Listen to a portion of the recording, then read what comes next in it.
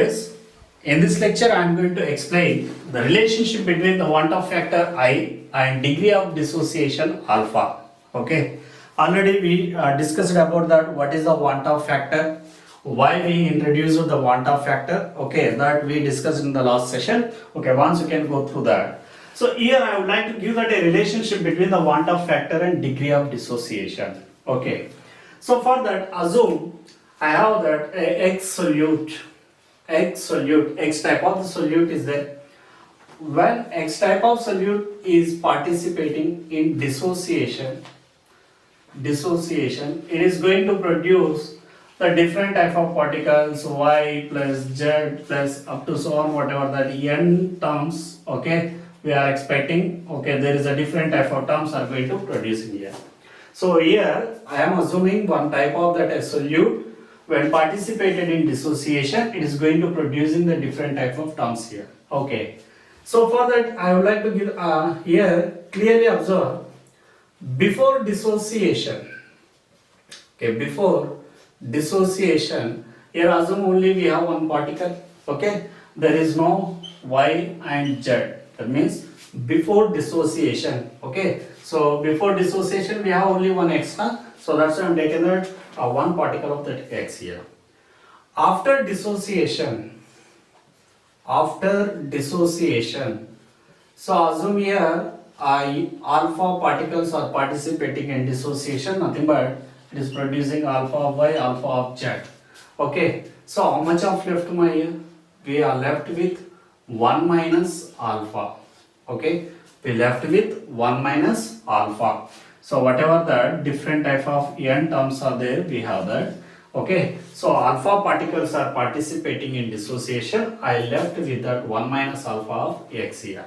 So what is the alpha? We are taking that alpha is equals to, we are taking the degree of dissociation.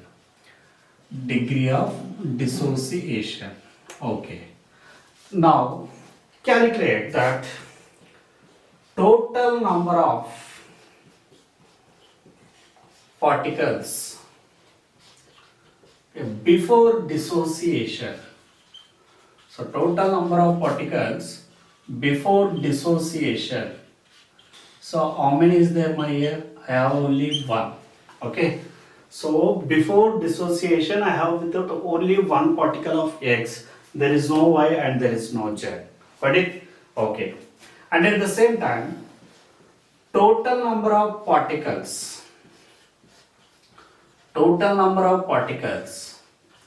after dissociation, how much we have here? We have it 1 minus alpha of X particle. Okay, 1 minus alpha of X particle and alpha of Y plus alpha of Z, so up to so on N alpha. Okay, so N alpha particle we have here. So that means when I am writing here, we get that 1 minus alpha plus N alpha. I have 1 minus alpha plus N alpha particle. So when you taken out that common alpha, so what do you get that? So 1 plus alpha, if you are taken, you get that N minus 1. Okay, so total number of particles after dissociation, how many we have that? 1 plus alpha into N minus 1. That means we have a formula to find out that a Van factor I. What is that formula? We have that to find out that I, three different types of formulas I am given in the last session. Okay, observed colligative property by the normal colligative property, or normal molecular weight by observed molecular weight, or the total number of particles after dissociation by total number of particles before dissociation. Okay, so this formula we have to find out that which one? I. So total number of particles after dissociation by the total number of particles before dissociation. So Total number of particles after dissociation how much? 1 plus n minus 1 into alpha. Okay. By the total number of particles, so before dissociation I have that 1. Therefore, it is possible to write down. So I is equals to 1 plus n minus 1 into alpha. I is equals to 1 plus n minus 1 into alpha. So this is the a relationship between the Van't factor and the degree of dissociation. What is alpha here? Alpha is equals to, we are taking that degree of dissociation. If you want to calculate that alpha, what do you get? That alpha is equals to I minus 1 by n minus 1. Okay. If you know the I value, it is possible to calculate that alpha. So what is the n? Number of particles. Okay. So the number of particles, how many is dissociated, that represent that n. So here the two important things you must be remember the points here. Okay. Here I am giving the two extra points for this. For dissociation, always I greater than 1. Okay. So when you are doing that numerical, just you can go through this one. When you are calculating that I value, if the given solute is participating in dissociation, just you can correct that I must be is a greater than 1. Okay, always we get that I greater than 1. I. So in numericals, they are giving sometimes for 100% dissociation. For 100% dissociation, or sometimes they are giving for very dilute solutions. For very dilute solutions. Okay. So what we could expect that for very dilute solutions and for 100% dissociation, alpha is equals to 1. So when alpha is equals to 1, what happen? I is going to become n. Okay. So for 100% dissociation, or for very dilute solutions, here I am taking that, we are taking that alpha is equals to 1. So when alpha is going to become 1, so I is equals to n. Okay. So for example, if I am given what is the Van't factor?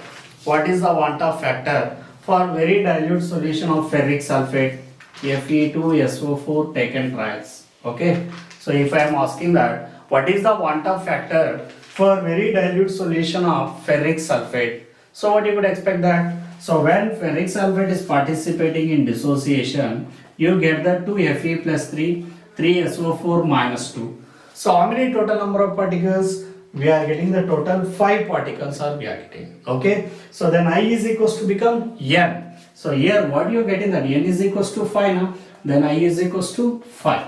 Okay. So we are taking this is for the only for when they are given that 100% dissociation, or we are giving for the very dilute solutions. Okay. So this is the relationship between the Van't factor I and degree of dissociation. Okay. Now let us see some examples how to give that correction factor, how to give that relation for the different type of electrolytes. Okay. So that I will give the table. Once you can observe that on the table. Okay. So you will get the more clarity. Got it? Now let us see some examples to find out that I and the relationship between that I and alpha. So here I am given the different type of solute types. Okay, non-electrolyte, binary electrolyte, ternary and the quaternary, whatever the different type of electrolytes we have here. So here just I am given the examples also. For non-electrolyte, when you observe that maybe the urea and sucrose and glucose, those neither participate in dissociation or association actually. Okay, so whatever you are added 1 mole, the throughout the solution is also we have that 1 mole of solute. Okay, so that means we are taking that I factor for that non-electrolyte I value always we are giving as an 1. Okay, but when we have a binary electrolyte, then nothing but AB type. Okay, 1:1 ratio of this AB type. So examples I am given KCl, NaCl, KOH, HCl, CH3COH. So when it is participated in dissociation, AB is going to produce A plus and B minus. That means total number of particles in the solution from 1 mole of solute is how much?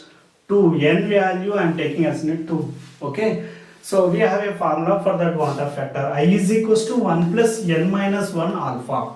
What is the n here? 2. So when I substituted n is equals to 2, what is that? We get that I is equals to 1 plus alpha. Okay. So from that, if you want to find out that alpha, okay, what is the alpha? Alpha is equals to I minus 1. Okay.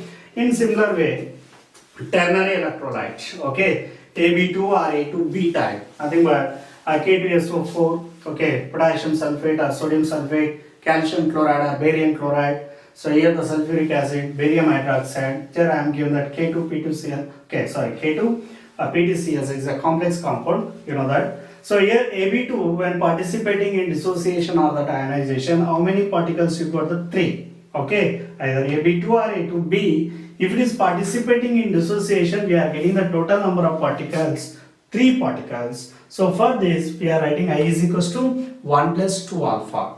In similar way, when you deal with a quaternary electrolyte, nothing but AB3 or A3B type, here I am given a different type of examples of phosphoric acid, aluminum chloride, aluminum hydroxide and ferric chloride, and K3FeCN6. Okay, so K3FeCN6, generally here you know that it is in a complex compound. When it is participating in dissociation, okay, K3FeCN6, what do you get that? It is going to produce 3K plus FeCN6 3 minus. Okay, so totally how many particles? You got that only 4. Okay, so if AB3 or A3B is participating in dissociation, we are getting 4 particles. Nothing but we got I is equals to 1 plus 3 alpha.